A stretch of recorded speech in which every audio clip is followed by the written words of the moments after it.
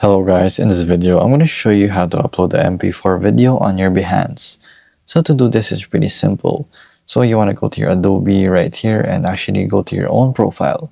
So going to your own profile, all you have to do basically is create a new project. This is where you can upload a video and audio right here. So you can even embed, you can even get audio like I said, and image, text, and many much more. So our goal here is to get an MP4 video in here.